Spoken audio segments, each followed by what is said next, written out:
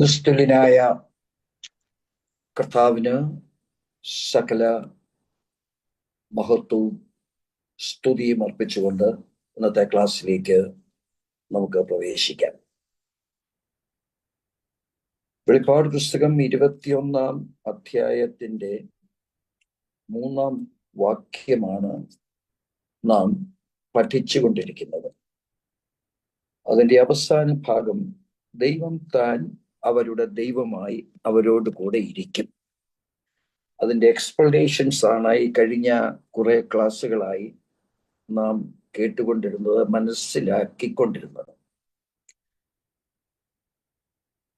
പുതിയ ഭൂമിയാണ് നമ്മുടെ ലക്ഷ്യം. പുതിയ ഭൂമിയെ കുറിച്ച് വാസ്തുനിഷ്ഠമായ കാര്യങ്ങളൊന്നും വേദപുസ്തകത്തിൽ ആ 2 അധ്യായങ്ങൾ നമുക്ക് നൽകിയിട്ടില്ല. എന്നാൽ പുതിയ ഭൂമി എപ്രകാരമാണ് അവിടെ വാസം ആരംഭിക്കുന്നത് എന്നതിന്റെ സൂചന സഹസ്രാബ്ദ കാലത്തെ അനുഭവങ്ങളോടുള്ള വെളിച്ചത്തിൽ നാം പഠിച്ചെങ്കിൽ മാത്രമേ പുതിയ ഭൂമിയിലേക്ക് നമുക്ക് കയറുവാൻ പറ്റുകയുള്ളൂ. അവിടെ ദൈവം പ്രത്യേകമായ ഒരു പദം ഉപയോഗിച്ചു, മനുഷ്യർ. വളരെ വ്യക്തമായി നാം മനസ്സിലാക്കണം, നാം മനുഷ്യരല്ല. നാം ആരാണ്? മണവാട്ടിയാം സഭയാണ്. അത് കൃത്യമായി നമ്മുടെ ഉള്ളിൽ പതിച്ചെങ്കിൽ മാത്രമേ ക്ലാസ്സുകൾ വ്യക്തമായി മനസ്സിലാക്കുവാൻ സാധിക്കുകയുള്ളൂ. പുതിയ നിയമത്തിലെ ഞാൻ എപ്പോഴും പറയാറുള്ളതാണ്, മത്തായി എഴുതിയ സുവിശേഷത്തിലെ ആദ്യ വാക്യം വളരെയധികം പ്രാധാന്യമുള്ളതാണ്. അത് വായിച്ചേ സിന്ധു, ബൈബിൾ നോക്കാതെ വായിച്ചേ. അബ്രഹാമിന്റെ പുത്രനായ ദാവീദിന്റെ പുത്രനായ യേശുക്രിസ്തുവിന്റെ വംശാവലി. അപ്പോൾ പാപജലത്തിന്റെ സാദൃശ്യത്തിൽ കർത്താവായ യേശുക്രിസ്തു ഇവിടെ വരുമ്പോൾ അനാദികാലം മുതലുള്ള ഒരു ചരിത്രവുമായിട്ടാണ് കർത്താവ് ഈ ഭൂമിയിലേക്ക് വരുന്നത്. എന്നാൽ ഈ താൽക്കാലിക വാസത്തിൽ തൻ്റെ പൂർവ പിതാക്കളായ അബ്രഹാമിനോടും ദാവീദിനോടും വളരെ വ്യക്തമായ ഒരു ബന്ധം കർത്താവായ യേശുക്രിസ്തു പുലർത്തുന്നു, പുത്രൻ എന്ന ബന്ധം. അപ്പോൾ ഈ ജഡത്തിന്റെ സാദൃശ്യത്തിൽ അബ്രഹാമിന്റെ കൊച്ചുമകനാണ് നമ്മുടെ കർത്താവായ യേശുക്രിസ്തു. ദാവീദിന്റെ കൊച്ചുമകനാണ് നമ്മുടെ കർത്താവായ യേശുക്രിസ്തു. അപ്പോൾ ആദമിനെയൊക്കെ വിട്ടു കളഞ്ഞോ?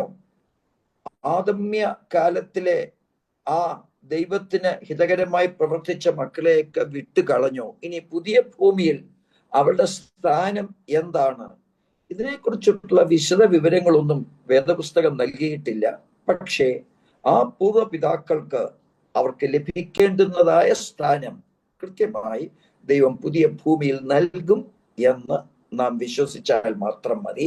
ഇവിടെ ക്ലാസ്സിലേക്ക് പെട്ടെന്ന് കടക്കുകയാണ്. ഈ ക്ലാസ് ഇന്നുകൊണ്ട് തീർക്കാനാണ് ഞാൻ ആഗ്രഹിക്കുന്നത്.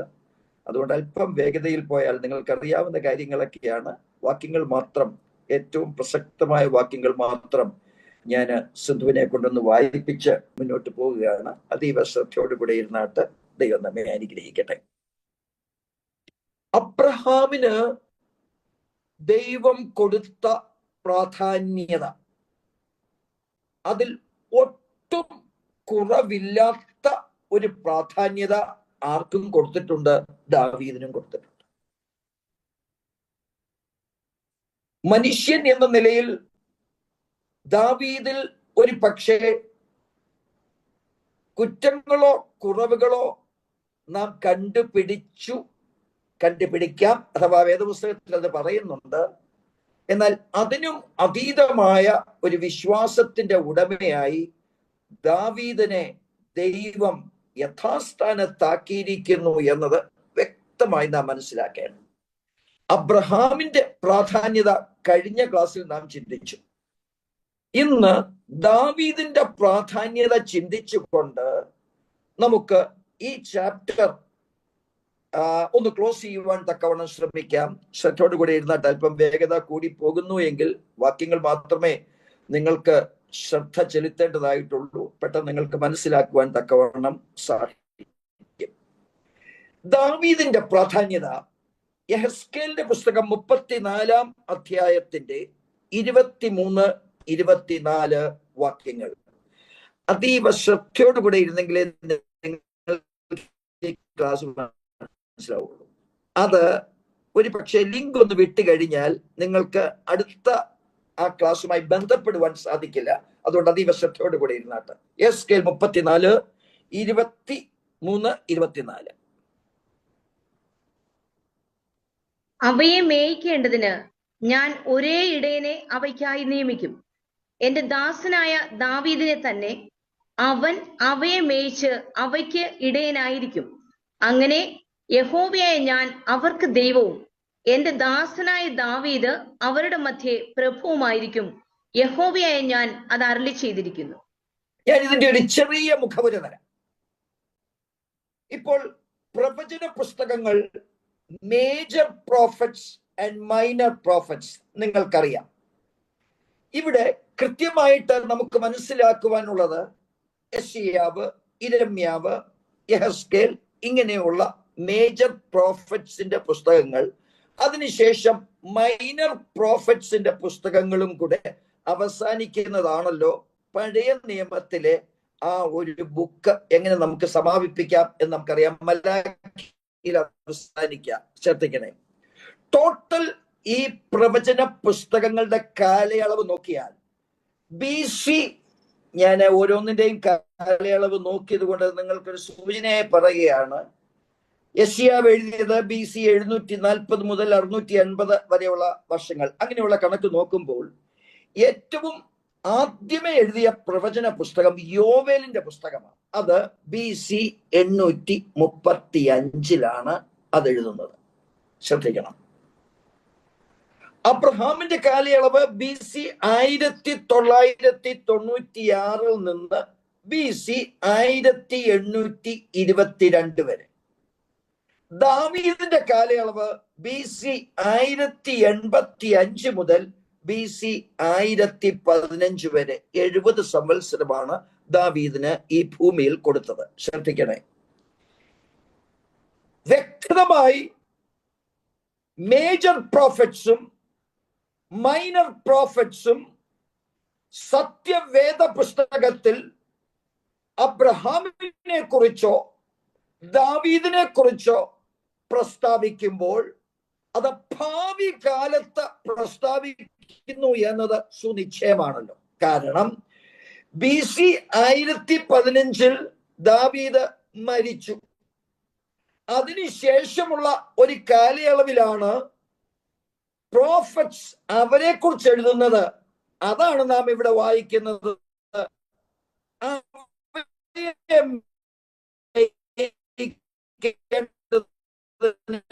ഞാൻ ഒരേ ഭാവി കാലത്തിൽ കൃത്യമായി ദാവീദിനുള്ള സ്ഥാനത്തെ കുറിച്ചാണ് ഈ യെഹെസ്കേൽ പ്രവാചകൻ പറയുന്നത്.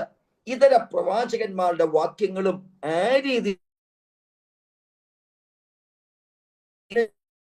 BC 1015 ദാവീദ് ഈ ലോകത്തോട് യാത്ര പറഞ്ഞു.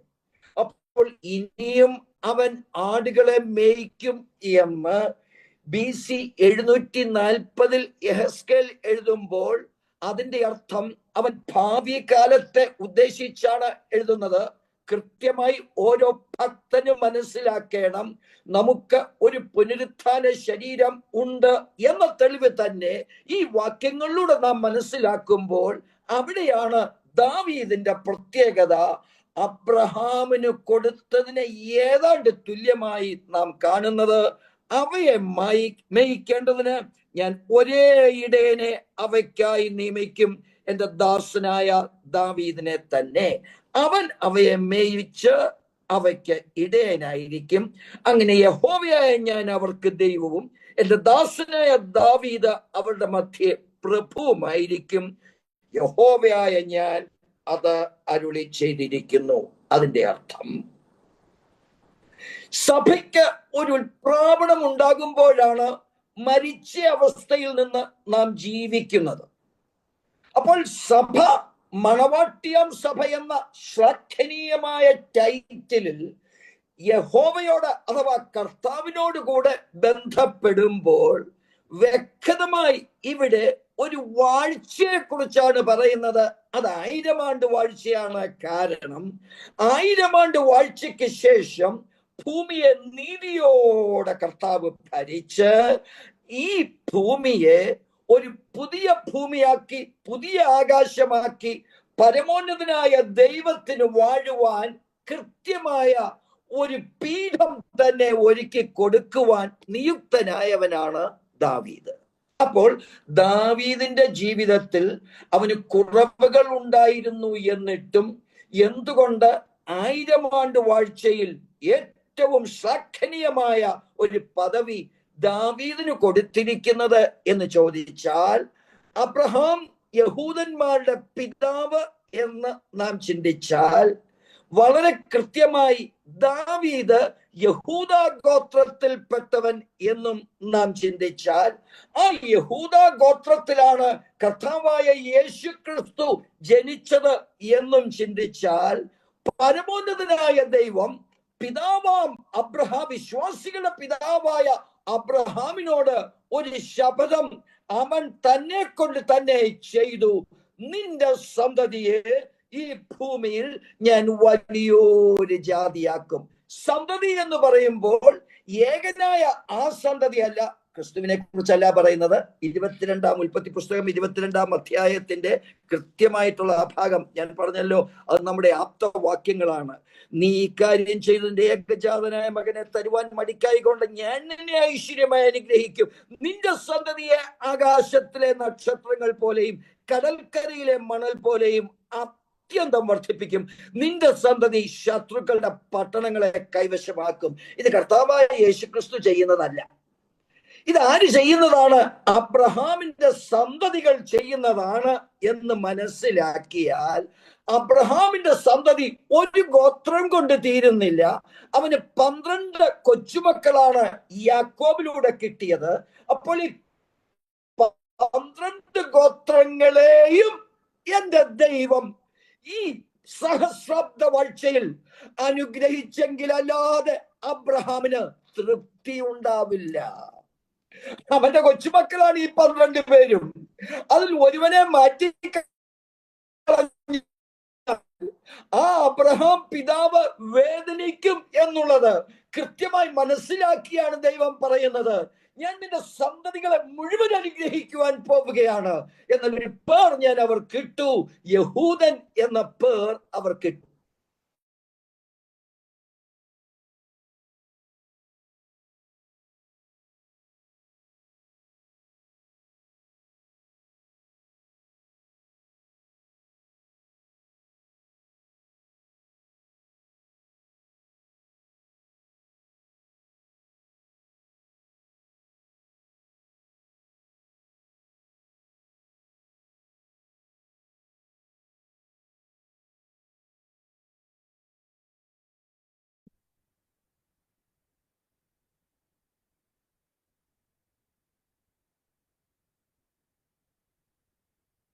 എനിക്ക് തോന്നുന്നു നെറ്റിന്റെ ഏതോ കുഴപ്പമുണ്ടെന്ന് തോന്നുന്നു. സ്തോത്രം. കേൾക്കാമോ എല്ലാവർക്കും? നെറ്റിന്റെ കുഴപ്പമുണ്ടെന്ന് എനിക്ക് തോന്നുന്നു. കേൾക്കാമോ എല്ലാവർക്കും? അപ്പോൾ അബ്രഹാമിന് 12 സന്തതികളാ, കൊച്ചുമക്കൾ. ഇസ്ഹാക്കിന്റെ, യാക്കോബിന്റെ കൊച്ചുമക്കൾ. അപ്പോൾ ഈ കൊച്ചുമക്കളിൽ ഒരുവനെ പോലും എന്റെ ദൈവത്തിന് ആ ഗോത്രത്തെ ഉപേക്ഷിക്കുവാൻ തക്കവണ്ണം ഒക്കില്ല. ഒരു ഗോത്രത്തെ ദൈവം ഉപേക്ഷിച്ചാൽ ആരാണ് വേദനിക്കുന്നത്? അബ്രഹാമാ വേദനിക്കുന്നത്. എന്നാൽ കർത്താവായ യേശുക്രിസ്തു യഹൂദ ഗോത്രത്തിൽ പിറന്നു എന്നുള്ളത് പ്രവചന സത്യമാകയാൽ അതിലേക്ക് ഞാൻ കടക്കുന്നില്ല. 37, 24, 25 നെറ്റിന് കുഴപ്പമുണ്ട് കേട്ടോ, കട്ടായി പോകുന്നുണ്ട്, ക്ഷമിക്കുക. വായിച്ചേ 24, 25 വാക്യങ്ങൾ. സിന്ധു ഇല്ലേ? സിന്ധു അത് അൺമ്യൂട്ട് ചെയ്യണം. എമ്മ മാറിയോ മടിയെന്ന്? എമ്മ മാറിയോന്ന്? ആ, ഓക്കെ, വായിച്ചേ. എന്റെ ദാസനായ ദാവീദ് അവർക്ക് രാജാവായിരിക്കും. അവർക്ക് എല്ലാവർക്കും ഒരേ ഇടയനുണ്ടാകും. അവർ വിധികളിൽ നടന്ന് എന്റെ ചട്ടങ്ങളെ പ്രമാണിച്ച് അനുഷ്ഠിക്കും. എന്റെ ദാസനായ യാക്കോബിന് ഞാൻ കൊടുത്തതും നിങ്ങളുടെ പിതാക്കന്മാർ പാർത്തിരുന്നതുമായ ദേശത്ത് അവർ പാർക്കും. അവരും മക്കളും മക്കളുടെ മക്കളും എന്നേക്കും അവിടെ വസിക്കും. എന്റെ ദാസനായ ദാവീദ് എന്നേക്കും അവർക്ക് പ്രഭുവായിരിക്കും. കട്ട് ചെയ്ത് പോവുകയാണല്ലോ. നിങ്ങൾ കേൾക്കുന്നുണ്ടോ? കേൾക്കാം സാറേ, കേൾക്കാം അല്ലേ? ഓക്കെ. അപ്പോൾ ഇവിടെയും നമുക്ക് ശ്രദ്ധിക്കുവാനുള്ളത് വളരെ പ്രാധാന്യമേറിയ വാക്യങ്ങൾ. എങ്ങനെയായി ക്ലാസ് നിർത്തുന്നത് എനിക്കറിയത്തില്ല. എനിക്ക് I think I will not be able to do. അപ്പോൾ എന്റെ ദാസനായ യാക്കോബിന് ഞാൻ കൊടുത്തതും, ഇസാക്ക് അവിടെ വരുന്നുണ്ട്. അപ്പോൾ എന്തുകൊണ്ട് അബ്രഹാമിന്റെയും ഇസ്ഹാക്കിന്റെയും യാക്കോബിന്റെയും ദൈവമേ എന്ന് കൃത്യമായി വേദം നമ്മെ പഠിപ്പിക്കുമ്പോൾ ഈ 3 പൂർവ്വ പിതാക്കന്മാരും ദൈവത്തിന്റെ കൽപ്പനകളും പ്രമാണങ്ങളും കൃത്യമായി ആചരിച്ചത് കൊണ്ട് യഹോവയുടെ അബ്രഹാമിനോടുള്ള ആ പ്രതിജ്ഞ ഈ 3 സന്തതികളിലൂടെ നിവർത്തിക്കുന്നു എന്ന് നാം മനസ്സിലാക്കിയാൽ യാക്കോബിന്റെ സന്തതികളായ ആ 12 മക്കളെയും അനുഗ്രഹിച്ചെങ്കിൽ മാത്രമേ ആരോട് ചെയ്യുന്ന ശപഥം കൃത്യമാവുകയുള്ളൂ? അബ്രഹാമിനോട് ചെയ്യുന്ന ശപഥം കൃത്യമായി വരികയുള്ളൂ. ഇത് നടത്തിക്കുവാൻ തക്കവണ്ണമുള്ള ഒരു സമയമാണ് 1000 ആണ്ട് വാഴ്ച. അവിടെ ആരാണ് രാജാവായിരിക്കുന്നത്? ദാവീദ് രാജാവായിരിക്കുമ്പോൾ കൃത്യമായി ഹോശേയ 3-ാം അധ്യായത്തിന്റെ 5-ാം വാക്യം ഒന്ന് വായിച്ചാൽ.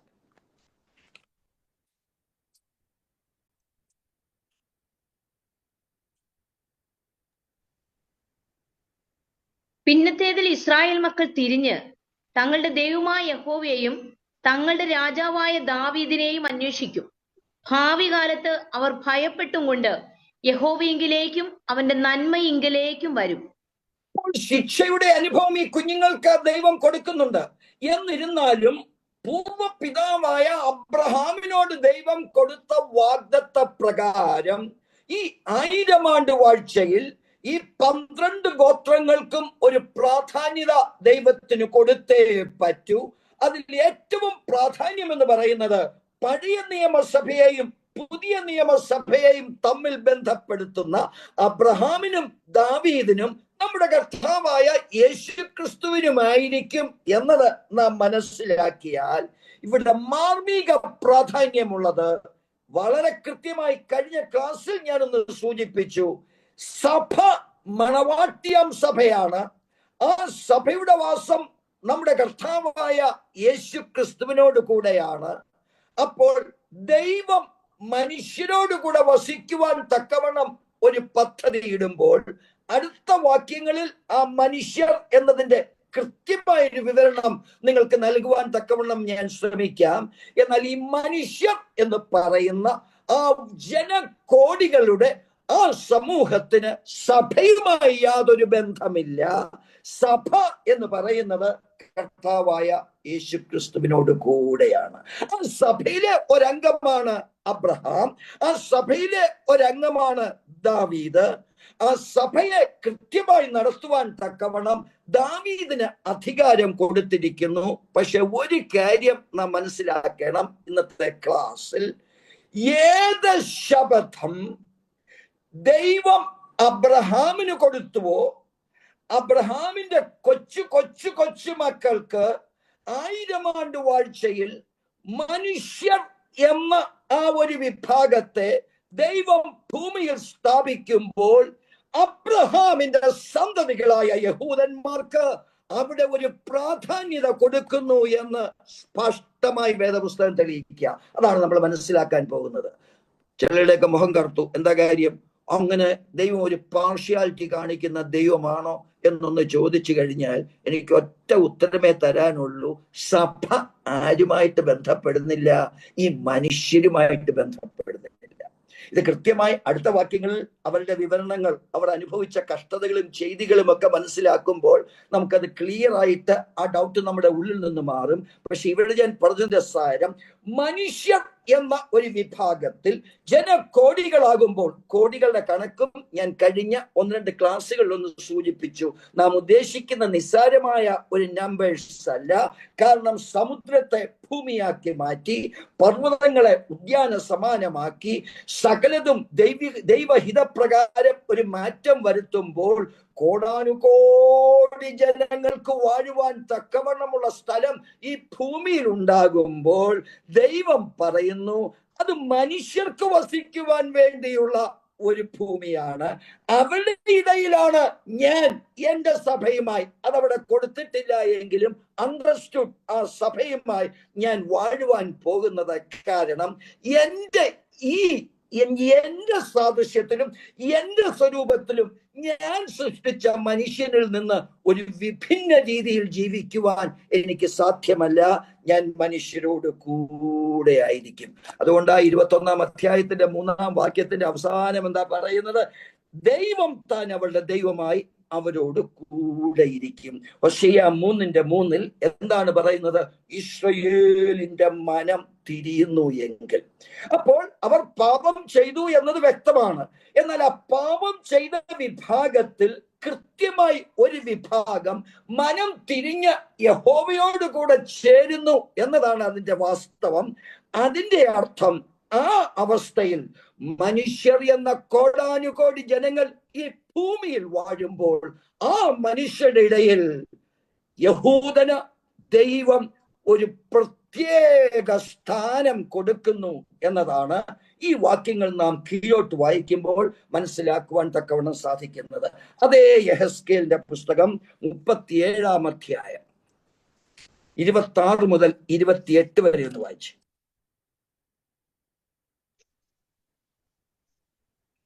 37, 26 മുതൽ 28 വരെ. ഞാൻ അവരോടൊരു സമാധാന നിയമം ചെയ്യും, അത് അവർക്കൊരു ശാശ്വത നിയമമായിരിക്കും. ഞാൻ അവരെ ഉറപ്പിച്ച് പെരുക്കി അവരുടെ നടുവിൽ എന്റെ വിശുദ്ധ മന്ദിരത്തെ സദാകാലത്തേക്കും സ്ഥാപിക്കും. എന്റെ നിവാസം അവരോട് കൂടെ ഉണ്ടാകും. ഞാൻ അവർക്ക് ദൈവമായും അവർ എനിക്ക് ജനമായും ഇരിക്കും. എന്റെ വിശുദ്ധ മന്ദിരം സദാകാലത്തേക്കും അവരുടെ നടുവിൽ ഇരിക്കുമ്പോൾ ഞാൻ ഇസ്രായേലിനെ വിശുദ്ധീകരിക്കുന്ന യഹോവയെന്ന് ജാതികൾ അറിയും. അപ്പോൾ ഇസ്രായേലിന് കൊടുക്കുന്ന ഒരു പ്രത്യേകതയാണ് നാം അവിടെ വായിക്കുന്നത്. എന്തുകൊണ്ട് ഇസ്രായേലിന് ഇപ്രകാരം ഒരു പ്രത്യേകത മനുഷ്യരുടെ ഇടയിൽ കൊടുത്തു എന്ന് ചോദിച്ചാൽ, അതിന് നാം കൃത്യമായി അബ്രഹാമിന്റെ അനുഭവത്തിലേക്ക്, അബ്രഹാം യാഗം കഴിച്ച ദൈവത്തെ പ്രീതിപ്പെടുത്തി കഴിഞ്ഞിട്ട് ദൈവം അവന് കൊടുക്കുന്ന അനുഗ്രഹത്തിലാണ് പറയുന്നത്, ഞാൻ നിന്റെ സന്തതിയെ ഐശ്വര്യമായി അനുഗ്രഹിക്കും. 18-ാം വാക്യത്തിലാണ് പറയുന്നത്, നിന്റെ സന്തതി മുഖാന്തരം ഭൂമിയിലെ വംശങ്ങളൊക്കെയും അനുഗ്രഹിക്കപ്പെടും. അങ്ങനെ അനുഗ്രഹിക്കപ്പെട്ടവരാണ് നാം. ഇന്ന് കർത്താവിനെ സ്വന്തം രക്ഷിതാവായി സ്വീകരിക്കുന്ന ഒരു വ്യക്തിക്ക് അവൻ ഉദ്ദേശിക്കാത്ത ഒരു മഹിമയുടെ അനുഭവം എന്റെ ദൈവം കൊടുക്കുന്നത് മണവാട്ടിയാം സഭയുടെ അംഗങ്ങളാക്കി നമ്മെ തീർത്തുകൊണ്ടാണ്. ഈ മനുഷ്യർ എന്ന വിഭാഗത്തിൽ സഭ കടന്നു വരുന്നതേയില്ല. എന്നാൽ മനുഷ്യരുടെ ഇടയിൽ ആർക്കൊരു പ്രാധാന്യത എന്റെ ദൈവം കൊടുക്കുന്നു? യഹൂദന് കൊടുക്കുന്നു.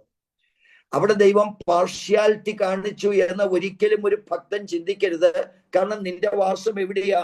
ദൈവത്തോടു കൂടെ, കർത്താവിനോട് കൂടെ, മണവാട്ടിയാം സഭ എന്ന നാമത്തിലായിരിക്കുമ്പോൾ നിനക്കൊരു പ്രശ്നമേ അവിടെ തോന്നേണ്ട കാര്യമില്ല. അടുത്ത വാക്യം അപ്പോൾ വളരെ കൃത്യമായി ഈ 26, 28, 27-ാം വാക്യത്തിന്റെ അവസാന ഭാഗം എന്താ? ഞാൻ അവർക്ക് ദൈവമായും അവർ എനിക്ക് ജനമായും ഇരിക്കും. ഈ വാക്യം തന്നെയല്ലേ 21-ാം അധ്യായത്തിന്റെ 3-ാം വാക്യത്തിന്റെ അവസാന ഭാഗത്ത് നാം വായിച്ചത്? ഞാൻ അവർക്ക് ദൈവമായും അവർ എനിക്ക് ജനമായും ഇരിക്കും. അതിന്റെ അർത്ഥം എന്താ? അതുവരെ അവൻ അവരുടെ ദൈവമായിരുന്നില്ല, ഈ ജനം അവനെ അനുസരിച്ചതുമില്ല. എന്നാൽ അവർ മനം തിരിഞ്ഞ കർത്താവായ യേശു ക്രിസ്തുവിനെ മനസ്സിലാക്കി ദൈവത്തോട് ബന്ധപ്പെടുമ്പോഴാണ് ദൈവം പറയുന്നത്, ഞാൻ ഈ മനുഷ്യരുടെ ഇടയിൽ നിങ്ങളെ ആക്കിയിരിക്കുന്നു, എന്നാൽ നിങ്ങൾ ആരാണ്? യഹൂദനാണ്. അപ്പോൾ മനുഷ്യരുടെ ഇടയിൽ വളരെ കൃത്യമായി 2 വിഭാഗങ്ങൾ ഉണ്ടായിരിക്കണം. ഒരു വാക്യം കൂടെ നമുക്ക് വായിക്കാം. വളരെ കൃത്യമായി 22-ാം അധ്യായത്തിന്റെ ഉൽപ്പത്തി പുസ്തകം 22-ാം അധ്യായത്തിന്റെ 17-ാം വാക്യമാണ് അതിന്റെ പ്രസക്തമായ വാക്യം. എന്തുകൊണ്ടാണ് അബ്രഹാമിനെ അനുസരിച്ചത്? അവനവന്റെ കൽപ്പനകളും നിയോഗങ്ങളും പ്രമാണങ്ങളും ചട്ടങ്ങളും ആചരിച്ചത് കൊണ്ട്. എന്തുകൊണ്ടാണ് ഇസ്ഹാക്കിനെ ബഹുമാനിച്ചത്? അബ്രഹാം പാലിച്ച അതേ ചട്ടങ്ങളും നിയമങ്ങളും കൽപ്പനകളും ആ ഇസഹാക്ക് പാലിച്ചത് കൊണ്ട്. എന്തുകൊണ്ടാണ് യാക്കോബിനെ ദൈവം അപ്രകാരം അനുഗ്രഹിക്കുന്നത്? തന്റെ പിതാമഹനായ അബ്രഹാം ചെയ്ത അതേ പാതയിൽ കൂടെ അവൻ ഉപായിയായിരുന്നു എങ്കിലും അവന്റെ പേർ മാറ്റി ഇസ്രായേൽ എന്നാക്കി ദൈവത്തിന് പ്രീതിയുള്ള ഗോത്ര പിതാവായി ദൈവം നാമകരണം ചെയ്യുമ്പോൾ ദൈവത്തിന്റെ കൽപ്പനകളെ കൃത്യമായി പാലിച്ച ആ വിഭാഗങ്ങൾക്ക് ഈ ഭൂമിയിൽ, സഹസ്രാബ്ദ ഭൂമിയിൽ ഒരു പ്രാധാന്യം കൊടുക്കുന്നു എന്ന് നാം മനസ്സിലാക്കുമ്പോൾ ഇതേ അവസ്ഥയിലാണ് എങ്ങോട്ടേക്ക് ഇവരെ മാറ്റുന്നത്? പുതിയ ഭൂമിയിലേക്ക് അവരെ മാറ്റുന്നത്. അതിന്റെ അർത്ഥം മനുഷ്യരുടെ ഇടയിൽ യഹൂദന് ഏറ്റവും വലിയൊരു സ്ഥാനം ദൈവം നിത്യതയിലും കൊടുക്കുന്നു. അനേക വാക്യങ്ങൾ അതിനകത്ത് ഉദാഹരണമായി ഉള്ളത് കൊണ്ട് നമുക്ക് അടുത്ത ആ വിഷയത്തിലേക്ക് കടക്കാം. പുതിയ ഭൂമിയിലെ മനുഷ്യർ ആരൊക്കെയാണ്? കൺഫ്യൂഷൻ വരല്ലേ? ഇതെല്ലാം കഴിഞ്ഞ് ചോദിക്കണം, സാറേ സഭയുടെ സ്ഥാനം എന്താണ് എന്ന് ചോദിക്കാൻ തക്കവണ്ണം ആരെങ്കിലും ഒരുമ്പെടുന്നു എങ്കിൽ എനിക്ക് ആൻസർ പറയാനില്ല. കാരണം നിങ്ങൾ ക്ലാസ്സിൽ ശ്രദ്ധിച്ചില്ല എന്ന് മാത്രമേ എനിക്ക് പറയുവാനുള്ളൂ. അപ്പോൾ 21-ാം അധ്യായത്തിലെ 3-ാം വാക്യത്തിൽ ദൈവം താൻ അവരുടെ ദൈവമായി അവരോട് കൂടെ ഇരിക്കും. ആ വാക്യത്തിൽ തന്നെ ഒരു ധ്വനിയില്ലേ? അതുവരെ ദൈവം അവരുടെ ദൈവമായിരുന്നില്ല. എന്താ കാരണം? ദൈവത്തെ അനുസരിക്കാതെ ഇരുന്നത് കൊണ്ട് അവരുടെ ദൈവമായി വാഴുവാൻ തക്കവണ്ണം ദൈവം ആഗ്രഹിച്ചില്ല. എപ്പോൾ? നമുക്കറിയാം, സഖരിയ പ്രവചനത്തിൽ 1/3 യഹൂദന്മാരെ അവിടെ ശേഷിപ്പിച്ചുകൊണ്ട് 2/3 യഹൂദന്മാരെ നിഷ്കരുണം ഈ ഭൂമിയിൽ നിന്ന് നിർമാർജനം ചെയ്യുന്ന അനുഭവമാണ് നാം അവിടെ വായിക്കുന്നത്. അപ്പോൾ ആ യഹൂദന് പ്രത്യേകതയില്ല. അവർ കുത്യമെങ്കിലേക്ക് നോക്കി ഓരോരോ ഗോത്രങ്ങളും വിലപിക്കുന്നത് സഖരിയാവിന്റെ പുസ്തകം 12-ാം അധ്യായത്തിൽ നാം വായിക്കുമ്പോൾ കൃത്യമായി ദൈവം അബ്രഹാമിനോട് ചെയ്ത വാഗ്ദത്തത്തെ പാലിക്കുന്നത് ഈ സഹസ്രാബ്ദ ഭൂമിയിലും അതിനുശേഷം നാം നിത്യതയാകുന്ന നിത്യമായ പുതിയ ഭൂമിയിലെ അവസ്ഥയിലും അത് തന്നെ സംഭവിക്കും. കൃത്യമായി നാം മനസ്സിലാക്കണം. അതുവരെ അവൻ അവരുടെ ദൈവമായിരുന്നില്ല. വളരെ കൃത്യമായി ഇന്നത്തെ കാല സംഭവങ്ങളൊക്കെ നിങ്ങളൊന്ന് ആലോചിച്ചാൽ കർത്താവായ യേശു ക്രിസ്തുവിനെ അവർ അംഗീകരിക്കുന്നത് പോലുമില്ല. പിതാവാം ദൈവത്തെ അവർ അംഗീകരിക്കുന്നുണ്ട്. വളരെ കൃത്യമായി ഇന്നത്തെ ഹമാസുമായിട്ടുള്ള യുദ്ധം, ഓരോരോ ശത്രു രാജ്യങ്ങളുമായിട്ടുള്ള യുദ്ധങ്ങളൊക്കെ നാം കൃത്യമായി പഠിച്ചാൽ ഇതുവരെ ഈ യഹൂദൻ അനുഭവിക്കാത്ത വലിയൊരു ശോധനയിൽ കൂടെയാണ് അവർ പോകുന്നത്.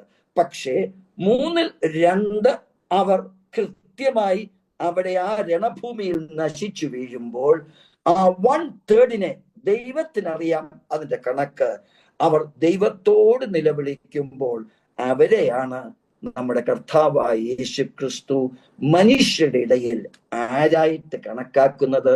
ഇസ്രായേലായിട്ട് കണക്കാക്കുന്നത്. ശ്രദ്ധിക്കണേ, അതിലേക്ക് നമ്മുടെ ഭാഗത്തെ കൊണ്ടുവരാം. യെശയ്യാവിന്റെ പുസ്തകം 66-ാം അധ്യായം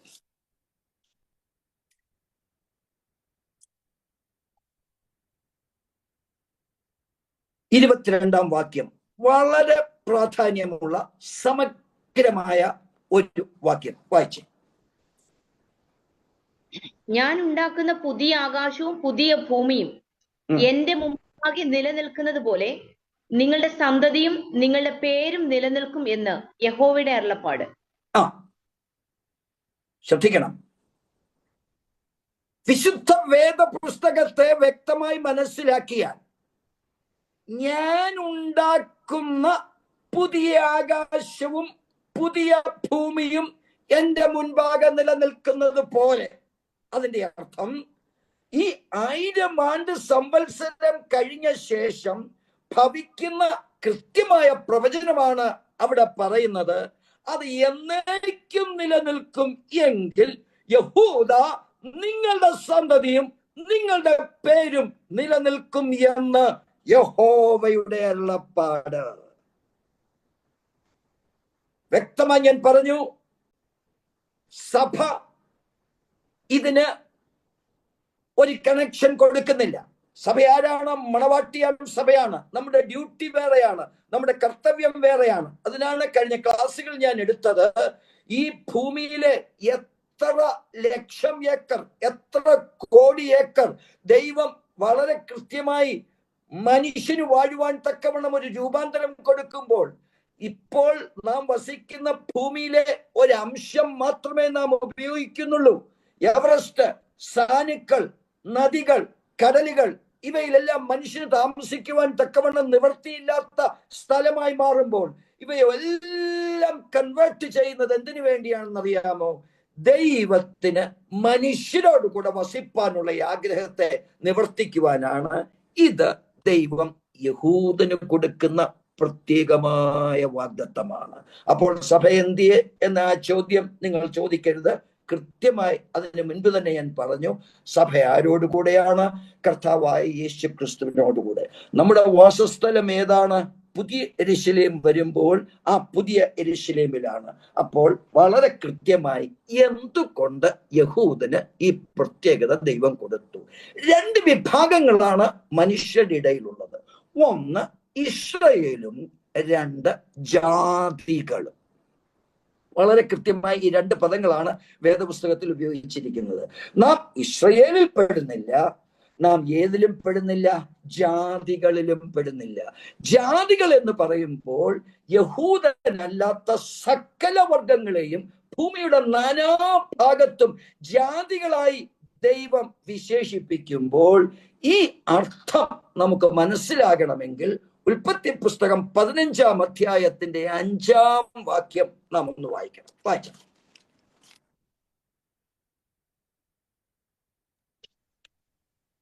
പിന്നെ അവൻ അവനെ പുറത്തു കൊണ്ടുചെന്നു, നീ ആകാശത്തേക്ക് നോക്കുക, നക്ഷത്രങ്ങളെ എണ്ണുവാൻ കഴിയുമെങ്കിൽ എണ്ണുക എന്ന് കൽപ്പിച്ചു. നിന്റെ സന്തതി ഇങ്ങനെയാകുമെന്നും അവനോട് കൽപ്പിച്ചു. ശ്രദ്ധിക്കണേ, ആകാശത്തേക്ക് നോക്കുക. എണ്ണിക്കൂടാത്ത കോടാനുകോടി ഗാലക്സികളും ആ ഓരോ ഗാലക്സികളിലും 10,000 കോടി നക്ഷത്രങ്ങളും ഈ ഓരോ നക്ഷത്രങ്ങളിലും ഗ്രഹങ്ങളും ഉപഗ്രഹങ്ങളുമായി കോടാനുകോടി നക്ഷത്രങ്ങളാണ് ഈ ആകാശത്തിലുള്ളത്. ആകാശഗംഗ എന്ന് പറയല്ലേ, അത് നമ്മുടെ ഗാലക്സി മാത്രമാണ്. അപ്പോൾ ഇത്രയും നക്ഷത്രങ്ങളെ എണ്ണുവാൻ തക്കവണ്ണം അബ്രഹാമേ, ഞാൻ നിനക്ക് അവസരം നൽകിയിരിക്കുന്നത് എന്തുകൊണ്ടെന്നറിയാമോ? അത് ഈ ഭൂമിയിൽ ഇപ്പോഴുള്ള സമയമല്ല, 1000 ആണ്ട് വർഷത്തിലുമല്ല, പുതിയ ഭൂമിയിൽ നിനക്ക് എണ്ണുവാൻ കഴിയുന്നതിനപ്പുറമായ ഒരു സംഖ്യ നിന്റെ സന്തതികളായി അവിടെ കാണും എന്ന് 15-ാം അധ്യായത്തിലെ 5-ാം വാക്യത്തിൽ ദൈവം കൊടുത്ത പ്രത്യേകത, അത് സ്ഥാപിതമാക്കുന്ന സമയമാണ് ഈ വെളിപ്പാട് പുസ്തകത്തിലെ 1000 ആണ്ട് വാഴ്ച. നമുക്കറിയില്ല പുതിയ ഭൂമിയിൽ ആരൊക്കെയാ പ്രവേശിക്കുവാൻ പോകുന്നതെന്ന്. അതിന്റെ കണക്കാണ് നാം എടുത്തുകൊണ്ടിരിക്കുന്നത്. അബ്രഹാമേ, നിന്റെ സന്തതി അപ്രകാരം ഭൂമിയെ ഇതുവരെ വാണിട്ടില്ല. ഏതെല്ലാം രാഷ്ട്രങ്ങളിൽ നീ ചെന്നുവോ, നിന്റെ ഏകജാതനായ കർത്താവിനെ തള്ളി പറഞ്ഞവർക്ക് എത്രയോ വലിയ അനർത്ഥങ്ങളാണ് സംഭവ പരമ്പരയായി ഈ ലോകത്തിന് മുൻപാകെ നമുക്ക് കൃത്യമായി അളന്നെടുക്കുവാൻ കഴിയുന്നത്. അപ്പോൾ യഹൂദന്റെ പ്രത്യേകത എന്ന് പറയുന്നത്, അന്ന് ഇന്നേക്ക് 4000 വർഷങ്ങൾക്ക് മുൻപ് ലോകം മുഴുവൻ അവനെ തള്ളിക്കളഞ്ഞപ്പോൾ ഒരു നോഹയുണ്ടായിരുന്നു, ദൈവത്തിന്റെ കൃപ ലഭിച്ചവൻ. ആയതിനു ശേഷം ലോകം മുഴുവൻ മ്ലേച്ഛമായി ദൈവത്തിന് വിരോധമായി പ്രവർത്തിക്കുമ്പോൾ ഒരൊറ്റ ഒരൊറ്റ വെള്ളപ്പൊക്കത്തിലൂടെ, നോഹൈക പ്രളയത്തിലൂടെ മുഴുവൻ പേരെയും ഒരു വിഭാഗം ഒഴിച്ച്, ഒരു ചെറിയ കുടുംബം ഒഴിച്ച് ദൈവം നശിപ്പിക്കുമ്പോൾ, എന്നെ കേൾക്കുന്ന ദൈവത്തിന്റെ ജനമേ, കൃത്യമായി അവന്റെ കൽപ്പനകളെ അനുസരിക്കുന്ന ദൈവത്തിന്റെ കുഞ്ഞുങ്ങൾക്ക് മാത്രമേ ദൈവത്തിന്റെ മുൻപാകെ നിൽക്കുവാൻ ദൈവം കൃത്യമായിട്ടുള്ള പദവി നൽകിയിട്ടുള്ളൂ. ആ പദവി എനിക്കും നിനക്കും ഇതൊരു കൃപായുഗമാകയാൽ എന്റെ കർത്താവിനെ സ്വന്തം രക്ഷിതാവായി നീ സ്വീകരിക്കുന്നു എങ്കിൽ നിനക്ക് ഇമാജിൻ ചെയ്യുന്നതിനപ്പുറം, നിനക്ക് ചിന്തിക്കുന്നതിനപ്പുറം, നിനക്ക് വർണ്ണിക്കുന്നതിനപ്പുറം അവന്റെ മാറോട് ചേർന്ന് നിൽക്കുന്ന ഒരു സഭയുടെ അംഗമാണ് ഞാനും നീയും എന്നത് മനസ്സിലാക്കിയാൽ അബ്രഹാമിന് കൊടുത്ത ആ വാഗ്ദത്തം ഈ 1000 ആണ്ട് വാഴ്ചയിലും ഇനി വരുവാൻ പോകുന്ന നിത്യതയിലും ദൈവം പ്രത്യേകമായി യഹൂദന് കൊടുത്തിരിക്കുന്നു എന്നുള്ളതാണ് നാം മനസ്സിലാക്കുവാനുള്ളത്. 66 അധ്യായത്തിന്റെ 22 വാക്യം, ഞാൻ ഉണ്ടാക്കുന്ന പുതിയ ഭൂമി. അപ്പോൾ അവിടെ എന്തായി? 1000 ആണ്ട് കഴിഞ്ഞു ഇല്ലേ? ഞാൻ ഉണ്ടാക്കുന്ന പുതിയ ഭൂമി. 21 അധ്യായത്തിലാണ് നാം പുതിയ ഭൂമിയും പുതിയ ആകാശവും കണ്ടത്. അപ്പോൾ അതിനു മുൻപുള്ള സകല സമയങ്ങളിലും ഈ യഹൂദനെ ഫിൽട്ടർ ചെയ്ത് ജനകോടികളാക്കി ഈ നിത്യതയുടെ അനുഭവത്തിൽ ദൈവമാക്കി തീർക്കുന്നതിന്റെ ഏക ഉത്തരമാണ് 22 അധ്യായത്തിന്റെ 17-18 വാക്യങ്ങളിൽ നാം വായിക്കുക. തന്റെ ഏകജാതനായവനെ മാനവജാതിയുടെ പാപത്തിൽ രക്ഷിപ്പാൻ പരമോന്നതനായ ദൈവം അവൻ ഈ ഭൂമിയിൽ നമ്മുടെ കർത്താവിനെ ഈ യാഗമായി അയച്ചു എങ്കിൽ, അതേ യാഗത്തിന്റെ ഒരു ചെറിയ അവസ്ഥയിൽ അബ്രഹാമിനെ തുലന വ്യക്തിയായി എന്റെ ദൈവം കണ്ടതുകൊണ്ട് അവന് കൊടുത്ത അനുഗ്രഹമാണ്. ഇപ്പോഴല്ല, നീ ആകാശത്തേക്കൊന്ന് നോക്ക്, വളരെ കൃത്യമായി നിനക്ക് എണ്ണുവാൻ കഴിയുമോ? എണ്ണുവാൻ കഴിയാത്ത വിധം നിത്യതയുടെ അനുഭവത്തിൽ ഞാൻ നിന്റെ സന്തതിയെ അനുഗ്രഹിക്കും. അപ്പോൾ ജാതികൾ, മനുഷ്യർ എന്ന് പറയുന്നത് 2 വിഭാഗങ്ങളാണ്, ഇസ്രായേലും ജാതികളും. സ്തോത്രം. നാം കീഴോട്ട് വായിച്ചാൽ വളരെ കൃത്യമായി 3 വിശേഷണങ്ങളാണ് യഹൂദന് ദൈവം കൊടുത്തിരിക്കുന്നത്. ഉൽപ്പത്തി പുസ്തകം 22 അധ്യായം 17 വാക്യം ഒന്നുകൂടെ എടുത്താൽ, ഞാൻ നിന്നെ ഐശ്വര്യമായി അനുഗ്രഹിക്കും, നിന്റെ സന്തതിയെ ആകാശത്തിലെ നക്ഷത്രങ്ങൾ പോലെയും കടൽക്കരയിലെ മണൽ പോലെയും അത്യന്തം വർദ്ധിപ്പിക്കും. ഓക്കെ, ഇത് 2 നമുക്ക് അളക്കാനൊക്കത്തില്ല ഇല്ലേ? ആകാശത്തിലെ നക്ഷത്രങ്ങളെ എണ്ണി തീർക്കാൻ പറ്റില്ല, കടൽ തീരത്തെ മണൽ തരിയെയും എണ്ണാൻ പറ്റില്ല. അത്രത്തോളം നിന്റെ സന്തതി അക്ഷരീയമായി എപ്പോൾ വർദ്ധിക്കും? ആരംഭം 1000 ആണ്ട് വാഴ്ചയിൽ, എന്നാൽ നിത്യതയിൽ, അതാണ് 66 അധ്യായത്തിന്റെ 22 വാക്യത്തിൽ നാം വായിച്ചത്, നിത്യതയിൽ ഈ പോപ്പുലേഷൻ എക്സ്പ്ലോഷൻ അവിടെ സംഭവിക്കുമ്പോൾ അബ്രഹാമേ ഞാൻ നിന്നെ അനുഗ്രഹിക്കും. ഒരു വാക്യം കൂടെ എടുത്തോ, ഉൽപ്പത്തി 13:16, ഞാൻ നിന്റെ സന്തതിയെ ഭൂമിയിലെ പൊടി പോലെയാക്കും. ഭൂമിയിലെ പൊടി, കടൽക്കരയിലെ മണലും ഭൂമിയിലെ പൊടിയും വ്യത്യാസമുണ്ട് ഇല്ലേ? കടൽക്കരയിലെ മണല് ഏതാണ്ട് വെളുത്ത കളറ്, ഭൂമിയിലെ പൊടി ഏതാണ്ട് ചുമന്ന കളറ്. 2 നിനക്ക് എണ്ണി തീർക്കാൻ പറ്റുമോ? അപ്പോൾ യഹൂദന് കൊടുക്കുന്ന 3 അനുഗ്രഹങ്ങളാ: ആകാശത്തിലെ നക്ഷത്രങ്ങൾ പോലെ, കടൽക്കരയിലെ മണൽ പോലെ, ഭൂമിയിലെ പൊടി പോലെ. സ്തോത്രം. ആവർത്തന പുസ്തകം 7 അധ്യായത്തിന്റെ 6 വാക്യത്തിലേക്ക് വരുമ്പോൾ യഹൂദന്റെ പ്രത്യേകത അവിടെ കൃത്യമായി നമുക്ക് മനസ്സിലാകും. വായിച്ചു, നിന്റെ ദൈവമായ യഹോവയ്ക്ക് നീ ഒരു വിശുദ്ധ ജനമാവുന്നു. ഭൂതലത്തിലുള്ള സകല ജാതികളിലും വെച്ച് നിന്നെ തനിക്ക് സ്വന്തം ജനമായിരിക്കേണ്ടതിന് നിന്റെ ദൈവമായ യഹോവ തിരഞ്ഞെടുത്തിരിക്കുന്നു. അപ്പോൾ വളരെ വ്യക്തമായി യഹോവയ്ക്ക് നീ ഒരു വിശുദ്ധ ജനമാകുന്നു. ഭൂതലത്തിലുള്ള സകല ജാതികളിലും വെച്ച് തനിക്ക് സ്വന്തം ജനമായി എടുക്കുവാൻ ദൈവം തിരഞ്ഞെടുത്തു. എന്താ കാരണം? ഈ ഭൂപരപ്പിൽ ബാബേൽ ടവറിൽ നിന്ന് ഭാഷ വിന്യസിച്ച് ലോകത്തെമ്പാടും ജനതതി നിറയുമ്പോൾ എല്ലാവരും ദൈവത്തിൽ നിന്ന് വിഭിന്നരായി അതാത് ജാതിയിലുള്ള മ്ലേച്ഛ വിഗ്രഹങ്ങളെ ആരാധിച്ച് മുന്നോട്ട് പോകുമ്പോൾ ഒരു ആരാധന അവർക്കുണ്ടായിരുന്നു, പല ദൈവങ്ങൾ അവർക്കുണ്ടായിരുന്നു. വളരെ കൃത്യമായി ഞാനല്ലാതെ അന്യ ദൈവങ്ങൾ നിനക്കുണ്ടാകരുത് എന്നത് 10 കൽപ്പനയിലെ ആദ്യത്തെ കൽപ്പനയാകുമ്പോൾ കൃത്യമായി ഒരൊറ്റ വ്യക്തി മാത്രമേ പരമോന്നതനായ ദൈവത്തിന്റെ ആ ദൈവീകത്വത്തെ മാനിച്ച് അവന്റെ മുൻപാകെ വന്നുള്ളൂ. അത് അബ്രഹാം ആയതുകൊണ്ട് ആ അബ്രഹാമിന്റെ അനുഗ്രഹമാണ് ആർക്കുള്ളത്? അവന്റെ അടുത്ത സന്തതികൾക്ക്, തലമുറകൾക്കുള്ളത്. നിന്റെ ദൈവമായ യഹോവയ്ക്ക് നീ ഒരു വിശുദ്ധ ജനമാകുന്നു. ഭൂതലത്തിലുള്ള എന്നോട് വായിച്ച സിന്ധു അത് നിന്റെ ദൈവമായ യഹോവയ്ക്ക് നീ ഒരു വിശുദ്ധ ജനമാകുന്നു. ഭൂതലത്തിലുള്ള സകല ജാതികളിലും വെച്ച് നിന്നെ തനിക്ക് സ്വന്തം ജനമായിരിക്കേണ്ടതിന് നിന്റെ ദൈവം യഹോവ തിരഞ്ഞെടുത്തിരിക്കുന്നു. എന്തോ താമസം വായിക്കാൻ എം എ അവിടെ ഉണ്ടോ? സ്തോത്രം, ദൈവം അനുഗ്രഹിക്കട്ടെ. എം എ നോക്കിയാൽ എനിക്കും ക്ലാസ് എടുക്കാൻ പറ്റാതെ വരും, അതുകൊണ്ടാണ് ഞാൻ അങ്ങോട്ട് നോക്കാത്തത്. അപ്പോൾ വളരെ വ്യക്തമായി നാം മനസ്സിലാക്കണം, ഈ അബ്രഹാമിന്റെ പ്രത്യേകതയാണ് ആ കൊച്ചു കൊച്ചു സന്തതികളിലൂടെ വ്യാപിച്ച് മുന്നോട്ട് വരുന്നത്. പക്ഷെ അവിടെയും ദൈവം സഭയുടെ ഒരു അംഗമായിരുന്ന ഒരു യഹൂദനെ കുറിച്ചല്ല ഞാൻ പറയുന്നത്. ഇന്ന് യഹൂദ ഗോത്രത്തിൽ നിന്നും ഒരുവൻ കർത്താവിനെ സ്വന്തം രക്ഷിതാവായി സ്വീകരിക്കുന്നു എങ്കിൽ നാം അവന്റെ ശരീരത്തിന്റെ ഭാഗമായതുകൊണ്ട് കൃത്യമായി സഭയുടെ ഭാഗമായി അവൻ മാറുന്നു എന്നല്ലാതെ അബ്രഹാമിന് കൊടുത്ത പ്രത്യേകമായ അനുഗ്രഹത്തിന് പാത്രീഭൂതരായി തീരുന്ന വലിയൊരു ജനത ഈ ഭൂമിയിലുണ്ട്. അവരെ ഇസ്രായേൽ എന്ന് വിളിക്കുന്നു. ഇതര ജനങ്ങളെ എന്ത് വിളിക്കുന്നു? ജാതികൾ എന്ന് വിളിക്കുന്നു. ഇത് പ്രത്യേകമായി മനസ്സിലാക്കുവാൻ ഞാൻ കുറച്ച് വാക്യങ്ങൾ തരാം. സിന്ധു അത് വായിക്കും. ഞാൻ അധികം എക്സ്പ്ലനേഷന് പോകുന്നില്ല. പെട്ടെന്ന് നിങ്ങൾക്ക് ഒരു ഐഡിയ അതിനകത്ത് കിട്ടും എന്തുകൊണ്ട് യഹൂദന് പ്രത്യേകത കൊടുക്കുന്നു എന്നുള്ളത്. യെശയ്യാവിന്റെ പുസ്തകം 27-ാം അധ്യായത്തിന്റെ 6-ാം വാക്യം വായിച്ചു. നിങ്ങൾ നോട്ട് ചെയ്യുന്നവർക്ക് നോട്ട് ചെയ്യാം, അല്ലെങ്കിൽ രണ്ടാമത് നിങ്ങൾ കയറിയാൽ ആര് കയറുന്നു? ഇപ്പൊ തന്നെ കയറുന്ന വളരെ ബുദ്ധിമുട്ടിയ. ഇനി രണ്ടാമത് കയറുക എന്ന് പറഞ്ഞു കഴിഞ്ഞാൽ നടക്കുവോ? വായിച്ചേ 27:6.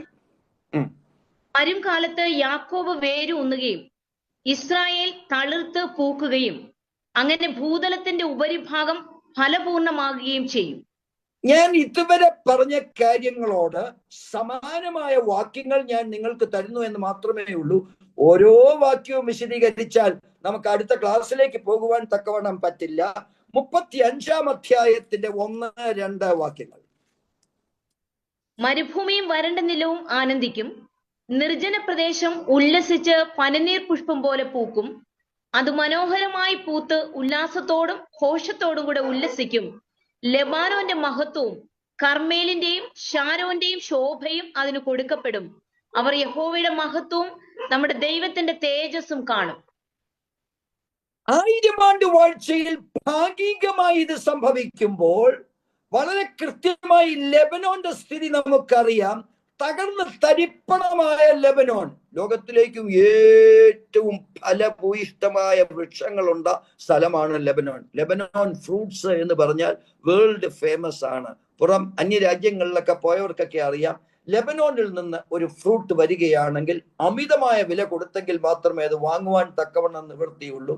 പണ്ട് ഞങ്ങള് കലേവരം ജനറൽ കൺവെൻഷന് പോകുമ്പോൾ ജോസ് ഒരു പ്രത്യേക കടയിൽ നിന്ന് ഈ ഡേറ്റ്സ്, അത് വളരെ സോഫ്റ്റ് ആയിട്ടുള്ള ഡേറ്റ്സാ, അത് ഒരെണ്ണം കഴിച്ചാൽ സകല ബൈബിൾ ക്ലാസ് എടുത്തതിൻ്റെയും ക്ഷീണം അപ്പം പോകും. അപ്പൊ ഞാൻ പറഞ്ഞതിന്റെ സാരം, അത്രയ്ക്ക് ടേസ്റ്റി ആയിട്ടുള്ളൊരു സാധനമല്ല നമ്മുടെ ഈ കടകളിൽ നിന്നൊക്കെ ഈ ചൊക്കി ചുളുങ്ങിയിരിക്കുന്ന ആ ഡേറ്റ്സ് ഒന്നുമല്ല യഥാർത്ഥ ഡേറ്റ്സ്. അപ്പോൾ വളരെ കൃത്യമായി ലെബനോന്റെ അവസ്ഥ എല്ലാം മാറ്റും. അത് മനോഹരമായി പൂത്ത് അപ്പോൾ വളരെ കൃത്യമായി ഇത് ഏത് സമയത്ത് വരുന്നു? മില്ലീനിയം അഥവാ 1000 ആണ്ട് വാഴ്ച സമയത്ത്. ഞാൻ നിങ്ങളോട് പറഞ്ഞു, അല്പം കാശ് ഉണ്ടെന്നുണ്ടെങ്കിൽ പണ്ട് 1000 രൂപയ്ക്ക് കിട്ടുമായിരുന്നു, ഇപ്പൊ 5000 രൂപ കൊടുക്കണം. ഡേക്സിന്റെ ബൈബിൾ, മലയാളം, ഇംഗ്ലീഷ് അറിയാത്തവർക്ക് ഇംഗ്ലീഷ് ബൈബിൾ പ്രയോജനപ്പെടുകയില്ല. വളരെ കൃത്യമായിട്ട് അതിന്റെ ഹെഡിങ്ങും എല്ലാം അവിടെ കൊടുത്തിട്ടുണ്ട്. 1000 ആണ്ട് വാഴ്ചയിലെ അനുഭവമാണിത്. 1000 ആണ്ട് വാഴ്ചയിലെ ഈ അനുഭവം ഒരുവിധം പുതിയ ഭൂമിയോടും പുതിയ ആകാശത്തോടും ഒക്കും.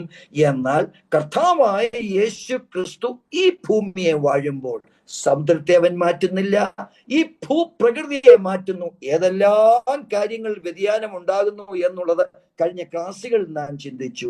1 ലിറ്റർ പാല് തരുന്ന പശുവിന് എത്രയായി? 10 ലിറ്ററായി, 100 ലിറ്ററായി. എന്നാൽ അത് പുതിയ ഭൂമിയിൽ പറയുമ്പോൾ എത്ര ലിറ്റർ ആണെന്നുള്ളത് നമുക്ക് കണക്ക് കൂട്ടാൻ തക്കവണ്ണം കഴിയില്ല. ഒരൊറ്റ പശു മതി ഒരാളെ കോടീശ്വരനാക്കുവാൻ. വളരെ കൃത്യമായിട്ട് അത് നാം വായിക്കുമ്പോൾ അടുത്ത ഒരു ഭാഗം 35:1-2 അടുത്തത് ഞാൻ പെട്ടെന്ന് വായിച്ചങ്ങ് പോവുക കേട്ടോ. യിരെമ്യാവിന്റെ പുസ്തകം 16-ാം അധ്യായത്തിന്റെ 14-15.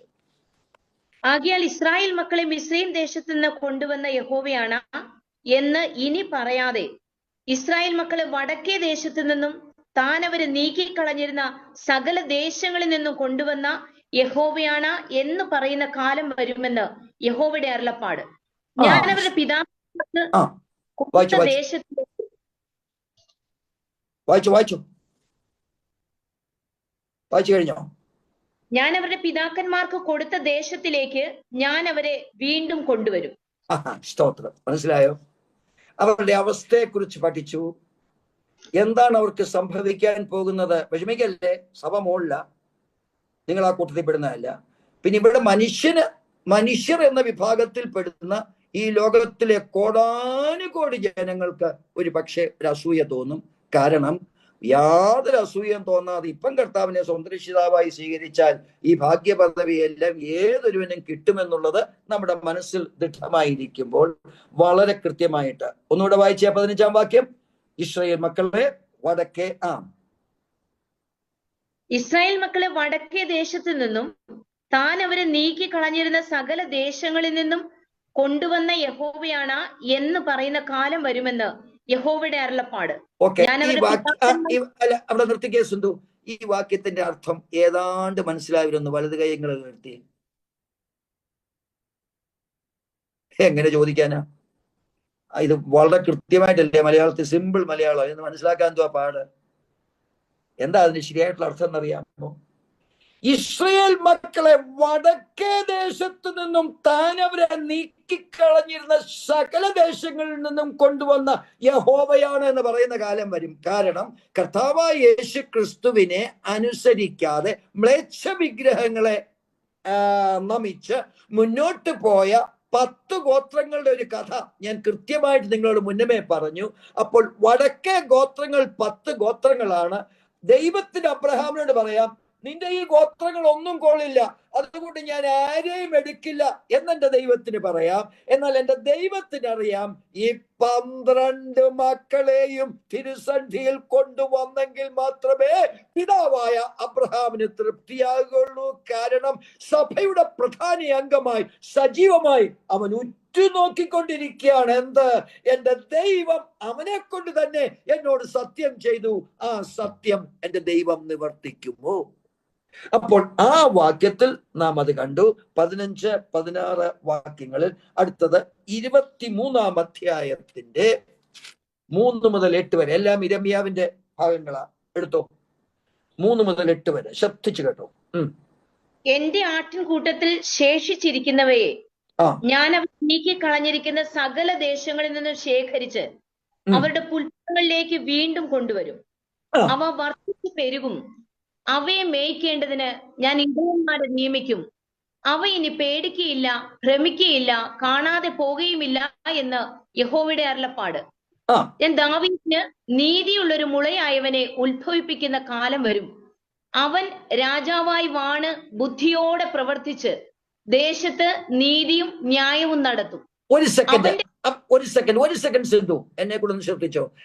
വളരെ കൃത്യമായി ഇവിടെ എന്താ പറയുന്നത്? നീതിയുള്ള ഒരു മുളയായവനെ ഉത്ഭവിപ്പിക്കുന്ന കാലം വരും. അവൻ രാജാവായി വാണ് ബുദ്ധിയോടെ പ്രവർത്തിച്ച് ദേശത്ത് നീതി ന്യായം നടത്തും. അപ്പോൾ ഇത് 1000 ആണ്ട് സംവത്സരത്തെ കുറിച്ചായി പറയുന്നത്. കർത്താവായ യേശു ക്രിസ്തുവാണ് അവിടെ നീതിയോടെ വാഴുന്നത്. അവന്റെ പ്രഭുവായിട്ടാണ് ആരവിടെ ഇരിക്കുന്നത്? ദാവീദ് ഇരിക്കുന്നത്. വളരെ കൃത്യം ചില സ്ഥാനങ്ങളിൽ രാജാവ്, നമ്മുടെ രാജാധി രാജാവായ കർത്താവിന്റെ അടിയിൽ.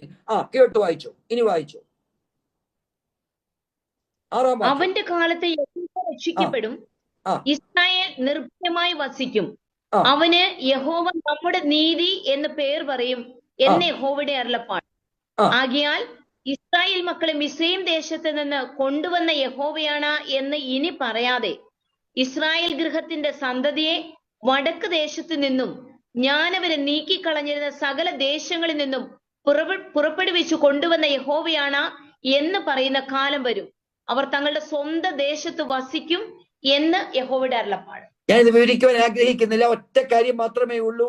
ശിഥിലമായി പോയ 10 ഗോത്രങ്ങൾ വടക്കൻ ദേശത്ത് വ്യാപിച്ചു കിടക്കുമ്പോൾ അവയിൽ നിന്ന് ഏതൊരുവൻ കർത്താവിനെ അവരുടെ ദൈവമായ കർത്താവ് എന്ന് അവരുടെ ഹൃദയത്തിൽ നിരൂപിച്ച് അവർ നിലവിളിച്ച് ദൈവത്തോട് അയ്യം വിളിക്കുമ്പോൾ എല്ലാ വടക്കൻ ദേശങ്ങളിൽ നിന്നും അത് കഴിഞ്ഞിട്ട് ഞാൻ അവരെ നീക്കിക്കളഞ്ഞിരുന്ന സകല ദേശങ്ങളിൽ നിന്നും പുറപ്പെടുവിച്ചു കൊണ്ടുവന്ന യഹോവയാണ് എന്ന് പറയുന്ന കാലം വരും. അപ്പോൾ 1000 ആണ്ട് വാഴ്ചയിൽ ഇവിടെ 2 വിഭാഗങ്ങളുണ്ട്. മനുഷ്യർ അഥവാ ജാതികൾ, ഇസ്രായേൽ. ജാതികളുടേത് നമ്മൾ ഉടൻ തന്നെ വായിക്കാൻ പോവാ. ഈ ക്ലാസ് തീരുന്നതിന് മുമ്പേ നമുക്കൊന്ന് ആരംഭിച്ചു വെക്കാം. അപ്പോൾ വളരെ കൃത്യമായിട്ട് ഇത് യഹൂദനെ കുറിച്ചുള്ള കാഴ്ചപ്പാടാകുമ്പോൾ അടുത്ത വാക്യം വായിച്ച് 29:14. നിങ്ങൾ എന്നെ കണ്ടെത്തുവാൻ ഞാൻ ഇടയാക്കുമെന്ന് യഹോവയുടെ അരുളപ്പാട്. ഞാൻ നിങ്ങളുടെ പ്രവാസം മാറ്റും. ഞാൻ നിങ്ങളെ നീക്കിക്കളഞ്ഞിരിക്കുന്ന സകല ജാതികളിൽ നിന്നും എല്ലാ ഇടങ്ങളിൽ നിന്നും നിങ്ങളെ ശേഖരിച്ച് ഞാൻ നിങ്ങളെ വിട്ടു പോകുമാറാക്കിയ സ്ഥലത്തേക്ക് തന്നെ മടക്കി വരുത്തുമെന്ന് യഹോവയുടെ അരുളപ്പാട്. ഞാൻ പലപ്പോഴും ഈ ബൈബിൾ ക്ലാസ് ഒക്കെ എടുക്കുമ്പോൾ അല്ലെങ്കിൽ പ്രസംഗിക്കുമ്പോഴൊക്കെ പറയാറുണ്ട്, ഈ വിശുദ്ധ വേദപുസ്തകം ഒരു യഹൂദന്റെ പുസ്തകമാണ്. ചിലരുടെയൊക്കെ മുഖം ഇത്രയേ ആകും, പ്രത്യേകിച്ചും പാസ്റ്റർമാരുടെ. പിന്നെ ഞങ്ങൾ അവിടെ പോകും, ഞങ്ങളെ കുറിച്ച് എന്താ ഒന്നും പറയാത്ത? നിങ്ങൾ ഉണ്ടവിടെ. ഇന്ന് കർത്താവായ യേശുക്രിസ്തു സ്വന്തം രക്ഷിതാവായി സ്വീകരിക്കുകയാണെങ്കിൽ നിങ്ങൾ സഭയുടെ അംഗമായി മാറും. പക്ഷെ ഈ വേദപുസ്തകം മുഴുവൻ യഹൂദന്റെ പുസ്തകം. യഹൂദനെ കുറിച്ചാണ് ഇത് പറയുന്നത്.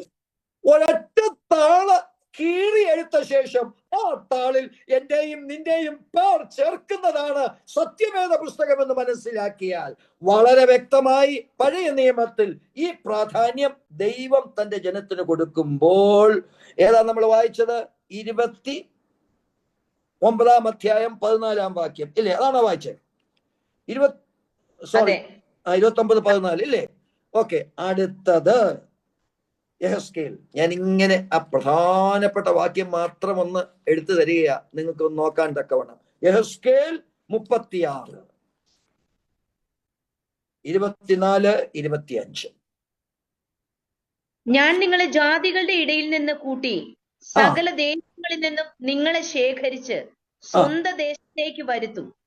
ഞാൻ നിങ്ങളുടെ മേൽ നിർമ്മല ജലം തളിക്കും, നിങ്ങൾ നിർമ്മലരായി തീരും. ഞാൻ നിങ്ങളുടെ സകല മലിനതയെയും സകല വിഗ്രഹങ്ങളെയും നീക്കി നിങ്ങളെ നിർമ്മലീകരിക്കും. കഴിഞ്ഞ ക്ലാസ്സിൽ നാം ഒരു വാക്യം വായിച്ചു, ഞാൻ നിന്നെ ശിക്ഷിക്കാതെ വിടുകയില്ല, എന്നാൽ ശിക്ഷിച്ച് നിന്നെ ആരാക്കും? എന്റെ സന്നിധിയിൽ കൊണ്ടുവരും. കഴിഞ്ഞ ക്ലാസ്സിൽ നാം അത് വായിച്ചതാണ്. അത് തന്നെ, ഞാൻ നിങ്ങളെ ജാതികളുടെ ഇടയിൽ നിന്ന് കൂട്ടി.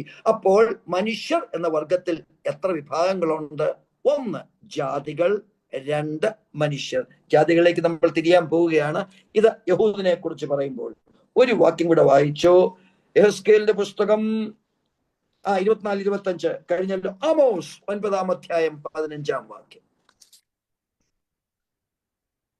ഞാൻ അവരെ അവരുടെ ദേശത്ത് നടും, ഞാൻ അവർക്ക് കൊടുത്തിരിക്കുന്ന ദേശത്ത് നിന്ന് അവരെ ഇനി പറിച്ചു കളയുകയുമില്ല എന്ന് നിന്റെ ദൈവമായ യഹോവ അരുളിച്ചെയ്യുന്നു. The last promise. ഞാൻ അവരെ അവരുടെ ദേശത്ത് നടും, ഞാൻ അവർക്ക് കൊടുത്തിരിക്കുന്ന ദേശത്ത് അവരെ ഇനി പറിച്ചു കളയുകയില്ല എന്ന് നിന്റെ ദൈവമായ യഹോവ അരുളിച്ചെയ്യുന്നു.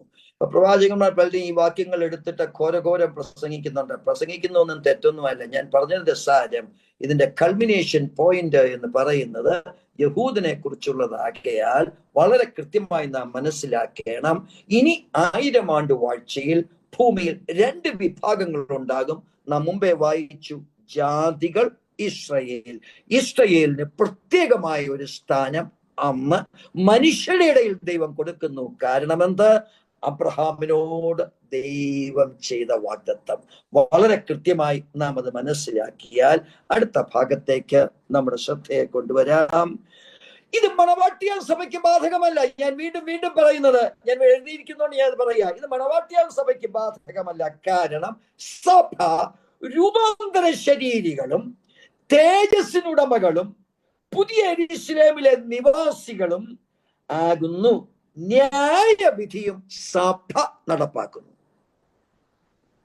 ന്യായവിധി സഭ നടപ്പാക്കുന്നു എന്നതാണ് വെളിപ്പാട് പുസ്തകം 20-ാം അധ്യായത്തിൽ ഞാൻ അവിടെ ന്യായാസനങ്ങളെ കണ്ടു എന്ന് പറയുന്നത്. അത് കൃത്യമായി നാം മനസ്സിലാക്കിയാൽ നാം ആരാണ് കൃത്യമായിട്ട് വായിച്ചു പോകാം. റോമർക്കെഴുതിയ ലേഖനം 8-ാം അധ്യായത്തിന്റെ 16-17 എല്ലാവർക്കും അറിയാവുന്ന വാക്യം, പെട്ടെന്ന് വായിച്ചു. നാം ദൈവത്തിന്റെ മക്കളെന്ന് ആത്മാവ് താനും നമ്മുടെ ആത്മാവ് കൂടെ സാക്ഷ്യം പറയുന്നു. നാം മക്കളെങ്കിലോ അവകാശികളുമാകുന്നു, ദൈവത്തിന്റെ അവകാശികളും ക്രിസ്തുവിനെ കൂട്ടവകാശികളും തന്നെ. നാം അവനോടുകൂടെ തേജസ്കരിക്കപ്പെടേണ്ടതിന് അവനോടുകൂടെ ഇഷ്ടം അനുഭവിച്ചാൽ അത്രേ. അപ്പോൾ നാം അവന്റെ ഭവനക്കാരാണ്. പിതാവിന്റെ ഭവനം മക്കൾക്കുള്ളതാ. മക്കൾ എന്ന സ്ഥാനം ഈ മനുഷ്യർക്ക് അവകാശപ്പെടുവാൻ ദൈവം അനുവദിച്ചിട്ടില്ല. വളരെ കൃത്യമായി ആ ഭവനം മക്കൾക്കുള്ളതാകുമ്പോൾ ആ മക്കളുടെ ഡ്യൂട്ടിയാണ് നാം റെവലേഷൻ വെളിപ്പാട് പുസ്തകം 2-ാം അധ്യായത്തിന്റെ 26-27 വാക്യങ്ങളിൽ വായിക്കുന്നത്. അത് കൃത്യമായി വായിച്ചാൽ നാം എന്താണ് ചെയ്യുന്നത്? പല പ്രാവശ്യം വായിച്ചിട്ടുള്ള ഒന്നുകൂടെ വായിച്ചു. ജയിക്കുകയും ഞാൻ കൽപ്പിച്ച പ്രവൃത്തികളെ അവസാനത്തോളം അനുഷ്ഠിക്കുകയും ചെയ്യുന്നവന് എന്റെ പിതാവ് എനിക്ക് തന്നതുപോലെ ഞാൻ ജാതികളുടെ മേൽ അധികാരം കൊടുക്കും. അവൻ ഇരുമ്പുകോൽ കൊണ്ട് അവരെ മേയ്ക്കും. അവർ കുശവൻ പാത്രങ്ങൾ പോലെ നുറുങ്ങിപ്പോകും. അപ്പോൾ വളരെ വ്യക്തമായി 1000 ആണ്ട് വാഴ്ചയിലാണ് ഈ ശിക്ഷയും രക്ഷയും. 1000 ആണ്ട് വാഴ്ചയിലാണ് അവിടെ അന്നുള്ള മനുഷ്യരിൽ കപടവും ദൈവത്തിന് വിരോധമായ പ്രവർത്തനങ്ങളും ഒക്കെ കാണുന്നത്. അതിനാണ് നിനക്ക് ഇരുമ്പുകോൽ തരുന്നത്. ആ ഇരുമ്പുകോൽ കൊണ്ടാണ് നീ അവരെ മേയിക്കുന്നത്. നീ ഇരിക്കുന്നതാണ് ന്യായാസനം. കുറ്റം വിധിക്കുവാൻ തക്കവണ്ണം അവൻ എന്ത് കുറ്റമാണ് എന്ന് വിധിക്കുവാൻ തക്കവണ്ണമുള്ള അവകാശം സഭയ്ക്ക് കൊടുത്തിരിക്കുക. നിന്റെ കയ്യിൽ എല്ലാം ഒരു ഇരുമ്പുകോലുണ്ട്. ഈ ക്ലാസ് കഴിഞ്ഞിട്ട് നിങ്ങൾ വീട്ടിലെങ്ങാനും പോയിട്ട് ഒരു ഇരുമ്പ് പൈപ്പ് എടുത്ത് ഇങ്ങനെ നാട്ടി ഒന്ന് രസിച്ചു കഴിഞ്ഞാൽ നിങ്ങൾക്ക് മനസ്സിലാകും നിങ്ങളുടെ പവർ എന്താണെന്നുള്ളത്. അപ്പോൾ ഇരുമ്പ് കോലാണ് നമ്മുടെ ഓരോരുത്തരുടെയും കയ്യിൽ തന്നിരിക്കുന്നത്. വളരെ കൃത്യമായി അങ്ങനെയുള്ള ഒരു ഭരണമാണ് 1000 ആണ്ട് വാഴ്ച എന്ന് പറയുന്നത്. അപ്പോൾ സഭ എവിടെയാണ്? ഈ അന്തസ്സായിട്ടുള്ള പ്രവൃത്തിയാണ് സഭ ചെയ്യുന്നത് എന്ന് മനസ്സിലാക്കിക്കൊള്ളണം. ഗിരിജൻ പാസ്റ്റർ മോഹൻ അങ്ങനെ ചിരിച്ചു വരുന്ന കഴിഞ്ഞിട്ട് സംശയം ചോദിക്കാനായിരിക്കും. അടുത്ത ഭാഗത്തേക്ക് നമുക്ക് കടക്കാം. പുതിയ ഭൂമിയിൽ ജാതികളുടെ സ്ഥാനം. ഞാൻ ഇത് യഹൂദനെ കുറിച്ചാണ് പറഞ്ഞത്. അപ്പോൾ പുതിയ ഭൂമിയിൽ യഹൂദനല്ലാത്ത ജനകോടികളാ ഉള്ളത്. 1000 ആണ്ട് വാഴ്ചയിൽ അതുവരെയും കർത്താവിനെ സ്വന്തം രക്ഷിതാവായി സ്വീകരിക്കാത്ത സകല ആൾക്കാരും നിറയുമ്പോൾ സുവിശേഷകന്മാരെ 1000 ആണ്ട് വാഴ്ചയിൽ അയക്കുന്നു എന്നത് വളരെ ക്ലാസ്സുകൾക്ക് മുൻപ് കൃത്യമായി വാക്യസഹിതം ഞാൻ നിങ്ങൾക്ക് തന്നതാണ്. അപ്പോൾ സുവിശേഷം അനുസരിച്ച് ദൈവ മക്കളായി തീരുന്ന ഈ ഭൂമിയിലെ ജനതതി, ഇസ്രായേലിനെ അങ്ങോട്ട് മാറ്റി പിടിക്കാം, എല്ലാവർക്കും നിയമം ഒരുപോലാണ്. അങ്ങനെയുള്ള ജനതതിയാണ് ആരായി മാറുന്നത്? ജാതികളായി മാറുന്നത്. ഇനി ആ കൂട്ടത്തിൽ കർത്താവിനെ സ്വന്തം രക്ഷിതാവായി സ്വീകരിക്കാതെ, കർത്താവിനെ അങ്ങനെയുള്ള പ്രാധാന്യം കൊടുക്കാതെ 1000 സംവത്സരം ജീവിക്കും. കുറ്റം ചെയ്താൽ മരിക്കും, ഇല്ലെങ്കിൽ 1000 സംവത്സരം ജീവിക്കും. അതൊന്നും നമുക്ക് അധികം ചിന്തിക്കേണ്ട ഒരു കാര്യമല്ല. കാരണം ആദ്യമേ കാലത്ത് എല്ലാവർക്കും 900, 969 ഇങ്ങനെയുള്ള കാലങ്ങളൊക്കെ ആയിരുന്നല്ലോ ഉണ്ടായിരുന്നത്. അപ്പോൾ മുമ്പ് ദൈവം കൊടുത്തിരുന്ന അതേ അനുഭവം തന്നെ 1000 ആണ്ട് വാഴ്ചയിൽ വരും. പക്ഷെ എന്ത് സംഭവിക്കും? 1000 ആണ്ട് കഴിയുമ്പോൾ പിശാചിനെ അഗാധ കൂപത്തിൽ നിന്നും അഴിച്ചു വിടുമ്പോൾ വളരെ കൃത്യമായിട്ട് വായിച്ച 20-ാം അധ്യായത്തിന്റെ 7-8 വാക്യങ്ങൾ. വെളിപ്പാട് പുസ്തകം 20:7-8. കഴിയുമ്പോഴോ സാത്താനെ തടവിൽ നിന്ന് അഴിച്ചുവിടും. അവൻ ഭൂമിയുടെ 4 ദിക്കിലുമുള്ള ജാതികളായി സംഖ്യ കടൽപ്പുറത്തെ മണൽ പോലെയുള്ള ഗോഗ് മാഗോഗ് എന്നിവരെ യുദ്ധത്തിനായി കൂട്ടിച്ചേർക്കേണ്ടതിന് വശീകരിപ്പാൻ പുറപ്പെടും. അപ്പോൾ വളരെ വ്യക്തമായി ഈ ഒരു സംഭവം അവിടെയുണ്ട്. 1000 ആണ്ട് കർത്താവായ യേശു ക്രിസ്തു നീതിയോടെ വസിക്കുന്നു എങ്കിലും ആ നീതി ഭരണത്തെ ഇഷ്ടപ്പെടാതെ ശത്രുവിന്റെ കൃത്യമായിട്ടുള്ള അതിനു മുൻപ് കൊടുത്തിട്ടുള്ള ആകർഷകങ്ങളായ കാര്യങ്ങളിൽ ആകൃഷ്ടരായി ഈ ദൈവത്തെ സ്വന്തം രക്ഷിതാവായി വീണ്ടും സ്വീകരിക്കാതെ ഇരിക്കുന്ന മനുഷ്യരെല്ലാവരും ഗോഗ് മാഗോഗ് യുദ്ധത്തിന് വിശുദ്ധ ദേശത്തിനെതിരായി യുദ്ധം ചെയ്യാൻ പുറപ്പെടുമെന്നുള്ളതാണ്. അതൊക്കെ കൃത്യമായിട്ട് നമ്മൾ നേരത്തെ പഠിപ്പിച്ചു കഴിഞ്ഞതാ. അപ്പോൾ ഈ 1000 ആണ്ട് നീതിയോടെ ഭരിച്ചാലും എല്ലാവരും ആരെ സ്വന്തം രക്ഷിതാവായി സ്വീകരിക്കുകയില്ല, കർത്താവിനെ സ്വന്തം രക്ഷിതാവായി സ്വീകരിക്കുകയില്ല. അവരാണ് ക്ഷിപ്രമാത്രയിൽ. 9-ാം വാക്യം വായിച്ചേ. അത് തന്നെ. അവർ ഭൂമിയിൽ പരക്കി ചെന്ന് വിശുദ്ധന്മാരുടെ പാളയത്തെയും പ്രിയ നഗരത്തെയും വളയും. എന്നാൽ ആകാശത്ത് നിന്ന് തീ ഇറങ്ങി അവരെ ദഹിപ്പിച്ചു കളയും. ഇതാ സംഭവിക്കുന്നത്. മനുഷ്യന്റെ ഒരാണവ യുദ്ധവും അവിടെ നടക്കില്ല. ദൈവം സ്വർഗത്തിൽ നിന്ന് ഗന്ധകവും തീയും അയച്ച് കംപ്ലീറ്റ് ആൾക്കാരെ. അതിന് പ്രത്യേക ഒരു കാരണമുണ്ട്. ഇത് സെൻട്രലൈസ്ഡ് ഇസ്രയേൽ അല്ല, ലോകത്തിന്റെ നാനാഭാഗത്തുമാണ്. അപ്പോൾ ലോകത്തിന് നാനാഭാഗത്തുമുള്ള ദുഷ്ടന്മാരെ നശിപ്പിക്കണമെങ്കിൽ സ്വർഗത്തിൽ നിന്നുള്ള ഗന്ധക തീപ്പൊയ്ക വന്നേ പറ്റൂ. അവിടുന്നുള്ള അഗ്നിയെ പറ്റുകയുള്ളൂ. അപ്പോൾ ഭൂമിയിലുള്ള സകല ദുഷ്ടന്മാരും ഈ ഭൂമിയിൽ നിന്ന് മാറ്റപ്പെട്ട് കഴിഞ്ഞാൽ 2 വിഭാഗങ്ങൾ അവിടെ ശേഷിക്കും. ഒന്ന്, ദൈവത്തെ അറിയുന്ന അബ്രഹാമിന്റെ മക്കൾ. 2, ദൈവത്തെ മനസ്സിലാക്കുന്ന ജാതികളിൽ നിന്നുള്ളവർ. ആ ഭാഗം നമുക്ക് അടുത്ത ആഴ്ച ചിന്തിക്കാം. ഞാൻ വിചാരിച്ചു സ്പീഡിൽ പോയാൽ തീർക്കാമെന്ന്. അനേക ജാതികളെ കുറിച്ച് ഓരോരോ വ്യത്യസ്ത മേഖലകളിൽ ദൈവം വാക്യം തന്നിട്ടുണ്ട്. ഇവരെല്ലാവരും 1000 ആണ്ട് വാഴ്ചയിൽ ദൈവത്തെ അനുസരിക്കുന്നവരായി പുതിയ ഭൂമിയിലേക്ക് കയറുവാൻ ലൈസൻസ് കിട്ടുന്ന ആളുകളാണ് എന്ന് നാം മനസ്സിലാക്കിയാൽ സഭ എവിടെയാണ്? Ruling class. നിങ്ങൾ വിചാരിക്കല്ലേ ഇരുമ്പുകോൽ കൊണ്ട് പുതിയ ഭൂമിയിലോട്ട് കയറാണെന്ന്. അതൊന്നുമില്ല. ഈ 1000 ആണ്ട് വാഴ്ചയിലേ ഉള്ളൂ ഇരുമ്പുകോലൊക്കെ. പുതിയ ഭൂമിയിൽ സകല ആൾക്കാരും നല്ലവരാ, ആരിലും തിന്മയില്ല. എന്നാലും ഒരു ഭരണ സംവിധാനം അവിടെയുണ്ട്. നിങ്ങൾ രാജകീയ പുരോഹിത വർഗമാണ് എന്ന് വേദം ഇപ്പോൾ പറയുന്നത്. സാർവത്രികമായി ദൈവത്തിന്റെ സൗഭാഗ്യങ്ങളോടെ സവിശേഷതകളോടെ മണവാട്ടിയാൻ സഭ വാഴുന്ന ആ സുദിനമാണ് നിത്യമായ ഭൂമിയിൽ നമുക്ക് ലഭിക്കുന്നത്. അതിനു മുൻപ് ഈ ഭൂമിയെ ആയതിനു വേണ്ടി ഒരുക്കുന്നതാണ് നാം ഈ വായിച്ചു കേട്ടത്. മനുഷ്യരിൽ ഒരു വിഭാഗം യഹൂദൻ, ഒരു വിഭാഗം മനുഷ്യർ. അത് നമുക്ക് അടുത്ത ആഴ്ചയിൽ ചിന്തിക്കാം. അറ്റൻഡ് ചെയ്ത എല്ലാവരെയും പരമോന്നതനായ ദൈവം അനുഗ്രഹിക്കുമാറാകട്ടെ. സ്റ്റോപ്പ്.